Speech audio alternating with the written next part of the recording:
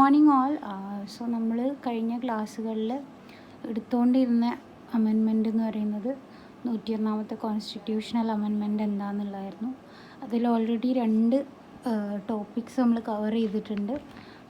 246A എന്ന് പറഞ്ഞ ആർട്ടിക്കിളും അതുപോലെ 269A അതെന്താണെന്നുള്ളത് കഴിഞ്ഞ ക്ലാസ്സുകളിൽ നമ്മൾ എക്സ്പ്ലെയിൻ ചെയ്ത് കഴിഞ്ഞിട്ടുള്ളതാണ്. സോ ഇനി അതിൽ ബാക്കിയുള്ളത് ആർട്ടിക്കിൾ 279A എന്താണ് മാറ്റങ്ങൾ വന്നിട്ടുള്ളത്, അതുപോലെ 7th ഷെഡ്യൂളിൽ എന്തൊക്കെ മാറ്റങ്ങളാണ് വന്നിട്ടുള്ളതെന്നാണ്. സോ ഫസ്റ്റായിട്ട് നമുക്ക് ആർട്ടിക്കിൾ 279A അതിലെന്താണ് മാറ്റങ്ങൾ സംഭവിച്ചിട്ടുള്ളത് നോക്കാം. അതിൽ this article provides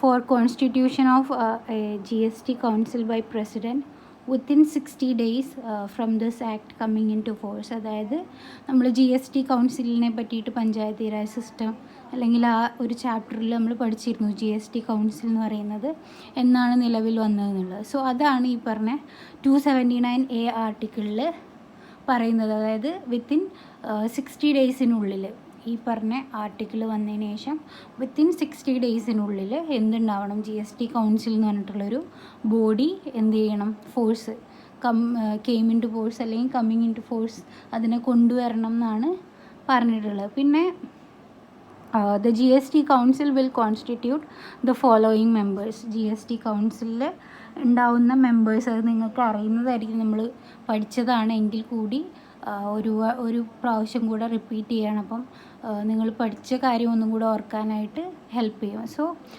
the GST council will constitute the following members. GST കൗൺസിലിൽ ഉള്ള മെമ്പേഴ്സ് എന്ന് പറയുന്നത്, ഒന്ന് union finance minister as chairman of the council. കൗൺസിലിൻ്റെ ചെയർമാനായിട്ട് നമ്മളുടെ യൂണിയൻ ഫിനാൻസ് മിനിസ്റ്റർ ആയിരിക്കും. രണ്ടാമത്തത് union minister of state incharge of revenue or finance. അതായത് നമ്മളുടെ സ്റ്റേറ്റിൻ്റെ ഓരോ സംസ്ഥാനങ്ങളുടെ എന്തുണ്ടാവും, ministers, union minister of state ഏതെങ്കിലും ഇപ്പം നമ്മളുടെ സെൻട്രൽ ഗവൺമെൻറ്റിൻ്റെ റെപ്രസെൻറ്റേറ്റീവ് ആയിട്ടുള്ള ഏതെങ്കിലും മിനിസ്റ്റർ സ്റ്റേറ്റിനെ അവർക്ക്, അതായത് ഫിനാൻസ് ഓർ റവന്യൂവിൽ എന്തെങ്കിലും എന്താ പറയുക ഇൻചാർജുള്ള ഏതെങ്കിലും മിനിസ്റ്റേഴ്സ് ഉണ്ടാവും അതിൽ. പിന്നുള്ളത് one nominated member from each state who is in charge of finance or taxation.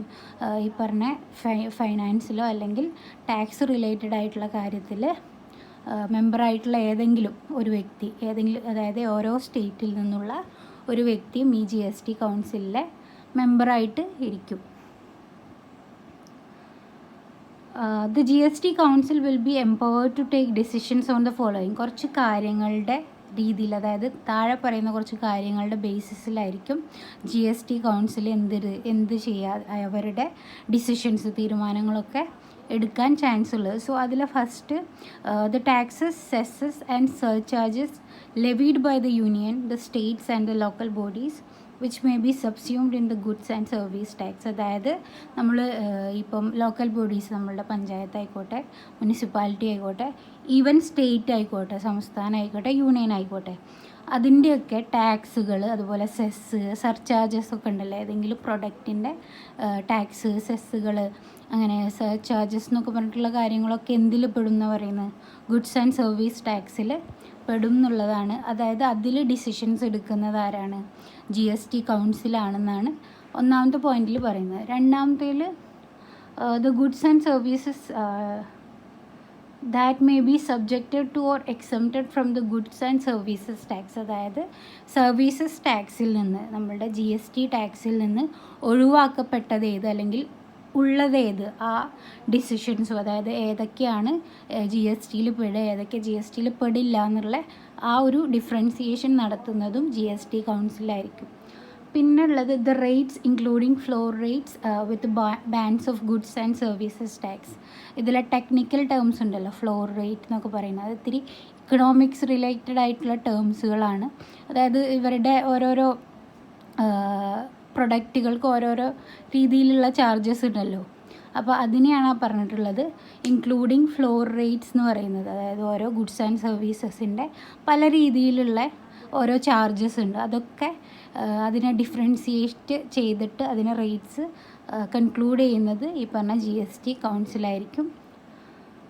പിന്നെ any special rate or rates for a specified period to raise additional resources during any natural calamity or disaster. അതായത് ഏതെങ്കിലും goods and സർവീസസിൽ എന്തെങ്കിലും തരത്തിലുള്ള ഇളവുകൾ അല്ലെങ്കിൽ അതിനെ കൂട്ടാനുള്ള ഈ സപ്പോസ് നമ്മളുടെ നാട്ടിലൊരു നാച്ചുറൽ കലാമിറ്റി, ഒരു പ്രകൃതിക്ഷോഭം അല്ലെങ്കിൽ എന്തെങ്കിലും തരത്തിലുള്ള ഡിസാസ്റ്റർ ദുരന്തം ഉണ്ടായിട്ടുണ്ടെങ്കിൽ ആ സമയത്ത് ഏതെങ്കിലും പ്രൊഡക്ട്സിൻ്റെ GST കുറയ്ക്കുകയോ കൂട്ടുകയോ അത് ഡിസൈഡ് ചെയ്യുന്നത് ഈ GST കൗൺസിലായിരിക്കും. പിന്നെ special provisions with respect to the states of Arunachal Pradesh, Assam, Jammu and Kashmir, Manipur, പിന്നെ മേഘാലയ, മിസോറാം, നാഗാലാൻഡ്, സിക്കിം, പിന്നെ ത്രിപുര, ഹിമാചൽ പ്രദേശ് ആൻഡ് ഉത്തരാഖണ്ഡ്, ഈ സംസ്ഥാനങ്ങളിലൊക്കെ എന്തുണ്ട്, GST കൗൺസിൽ, അതായത് ഇവർ ഈ പറഞ്ഞ പെർട്ടിക്കുലർ ആയിട്ടുള്ള ഞാൻ പേരെടുത്ത് പറഞ്ഞിട്ടുള്ള സ്റ്റേറ്റ്സിലെയൊക്കെ GST റിലേറ്റഡ് ആയിട്ടുള്ള കാര്യങ്ങളൊക്കെ സ്പെഷ്യൽ പ്രൊവിഷൻസ്, എന്തെങ്കിലും തരത്തിലുള്ള സ്പെഷ്യലായിട്ടുള്ള എന്തെങ്കിലും കാര്യങ്ങൾ ഈ സ്റ്റേറ്റുകൾക്ക് വേണമെങ്കിൽ ചെയ്യണമെങ്കിൽ GST കൗൺസിലായിരിക്കും അതിൽ ഡിസിഷൻസ് എടുക്കുന്നത്. പിന്നെ പൊതുവായിട്ട് GST കൗൺസിലിന് തോന്നുന്ന ഏതെങ്കിലും ഏരിയയിൽ, അതായത് ഏതെങ്കിലും ഗുഡ്സ് ആൻഡ് സർവീസസിൽ ഇഫ് ദേ ഫീൽ ലൈക്ക് എന്തെങ്കിലും ചേഞ്ചസ് കൊണ്ടുവരാൻ അവർക്ക് തോന്നിക്കഴിഞ്ഞാൽ ദേ ക്യാൻ ഡിസൈഡ് എന്നുള്ളതാണ്. ഇത്രയാണ് 279A വന്നിട്ടുള്ള കാര്യങ്ങൾ. ഇനിയുള്ളത് changes in the 7th schedule. നമ്മൾ പറഞ്ഞിരുന്നു അമെൻമെൻറ്റ് 101ാമത്തെ അമെൻമെൻറ്റിൽ വന്നിട്ടുള്ള മാറ്റങ്ങളെന്ന് പറയുന്നത് ഈ through this articles and 7th ഷെഡ്യൂളാണ്. സോ 7th ഷെഡ്യൂളിലാണ് നമ്മളുടെ union list, state list, concurrent list എന്നൊക്കെ പറഞ്ഞിട്ടുള്ള 3 ലിസ്റ്റുകളൊക്കെ കൊടുത്തിട്ടുള്ളത്. സോ അതിൽ യൂണിയൻ ലിസ്റ്റിൽ വന്നിട്ടുള്ള മാറ്റങ്ങളാണ് പറയുന്നത്. അതിൽ the entry 84 of union list earlier comprised the duties on tobacco, alcoholic liquors, opium, Indian hemp, narcotic drugs. അതായത് എൻട്രി 84 യൂണിയൻ ലിസ്റ്റിലെ 84ാമത്തെ ഐറ്റത്തിൽ ആദ്യം ബിഫോർ ദിസ് അമെൻമെൻറ്റിന് മുന്നേ ഉണ്ടായിട്ടുള്ളത് ഡ്യൂട്ടീസ് ഓൺ ടൊബാക്കോ, പുകയില അല്ലെങ്കിൽ ആൽക്കഹോളിക് ലിക്വേഴ്സിൽ, അതുപോലെ ഓപ്പിയം ഡ്രഗ്സുകളിൽ, പിന്നെ ഇന്ത്യൻ ഹെമ്പ്, നാർക്കോട്ടിക് ഡ്രഗ്സ്, അങ്ങനത്തെ ഇതിലായിരുന്നു 84th ഐറ്റം, അതായത് 84ാമത്തെ ഐറ്റം, യൂണിയൻ ലിസ്റ്റിൽ 84ാമത്തെ ഐറ്റം എന്ന് പറയുന്നത് ഈ പറഞ്ഞ കാര്യങ്ങളായിരുന്നു. പക്ഷേ ആഫ്റ്റർ 101ാമത്തെ അമെൻമെൻറ്റ് ശേഷം എന്ത് ചെയ്തിട്ടുണ്ട്, it will comprise of petroleum crude, അതുപോലെ high speed diesel, motor spirit, natural gas, aviation ടർബൈനോ ഫ്യൂവൽ, ഇങ്ങനത്തെ കാര്യങ്ങളായിട്ട് ആ 84th ഐറ്റം, അതായത് യൂണിയൻ ലിസ്റ്റിലെ 84th ഐറ്റത്തിനെ മാറ്റിയിട്ടുണ്ട്. പിന്നെ these are now out of GST and subject to union jurisdiction. അതായത് ഇപ്പോൾ നമ്മൾ ഈ പറഞ്ഞ ഇത്രയും ഐറ്റംസ് ഔട്ട് ഓഫ് GST ആണ്. അത് GSTക്ക് പുറമേ ഉള്ളതാണ്, ഗുഡ്സ് ആൻഡ് സർവീസ് ടാക്സിൽ പെടാത്തതാണ്. കാരണം that is under union jurisdiction ആണ്. ഫുൾ കൺട്രോൾ അണ്ടർ ആരാണ്, യൂണിയൻ ഗവൺമെൻറ്റിൻ്റെ കയ്യിലാണ്. പിന്നെ എൻട്രി 92, അതായത് 92ാമത്തെ ഐറ്റം അതെന്ന് പറയുന്നത് news papers and on advertisements published, അതായത് നമ്മളുടെ പത്രങ്ങൾ, അതുപോലെ എന്തെങ്കിലും തരത്തിലുള്ള പരസ്യ മാധ്യമങ്ങൾ അത് പബ്ലിഷ് ചെയ്തതിലുള്ള കാര്യങ്ങളാണ്. അത് has been deleted, they are now under GST. അത് ഡിലീറ്റ് ചെയ്ത് കഴിഞ്ഞിട്ട് അതിപ്പോൾ എന്തിലേക്ക് മാറ്റിയിട്ടുണ്ട്, ഗുഡ്സ് ആൻഡ് സർവീസ് ടാക്സിലേക്ക് ആ 92 ഐറ്റത്തിനെ മാറ്റിയിട്ടുണ്ട്. എൻട്രി 92 കേട്ടോ, 92ാമത്തെ ഐറ്റത്തെ. പിന്നെ എൻട്രി 92C, 92Cയിൽ അത് സർവീസ് ടാക്സ് ആണ്. അത് has been now deleted from union ലിസ്റ്റിൽ നിന്ന് ആ 92C സർവീസ് ടാക്സ് എന്നുള്ളതിനെ ഡിലീറ്റ് ചെയ്ത് കളയുകയും ചെയ്തിട്ടുണ്ട്. ഇത്രയാണ് യൂണിയൻ ലിസ്റ്റിൽ വന്നിട്ടുള്ള മാറ്റങ്ങൾ. ഇനിയുള്ളത് സ്റ്റേറ്റ് ലിസ്റ്റാണ്. സ്റ്റേറ്റ് ലിസ്റ്റിൽ അണ്ടർ സ്റ്റേറ്റ് ലിസ്റ്റ് എൻട്രി 52, അതായത് സ്റ്റേറ്റ് ലിസ്റ്റിലെ എൻട്രി 52-ൽ ഇപ്പോൾ നമ്മൾ ഈ യൂണിയൻ ലിസ്റ്റിൽ പറഞ്ഞില്ലേ, അത് തന്നെ ആണ് എവിടെയും മാറ്റം വന്നിട്ടുള്ളത്. സ്റ്റേറ്റ് ലിസ്റ്റിലും മാറ്റം വന്നിട്ടുള്ളത്. എങ്ങനെയാണോ യൂണിയൻ ലിസ്റ്റിൽ മാറ്റം വന്നിട്ടുള്ളത്. അത് സ്റ്റേറ്റിലേക്ക് ആക്കുക, അത്രയേ ഉള്ളൂ. അപ്പോൾ അത് ഞാൻ ഒന്നും കൂടെ റിപ്പീറ്റ് ചെയ്യുന്നില്ല, അതുതന്നെയാണ് കാര്യങ്ങൾ.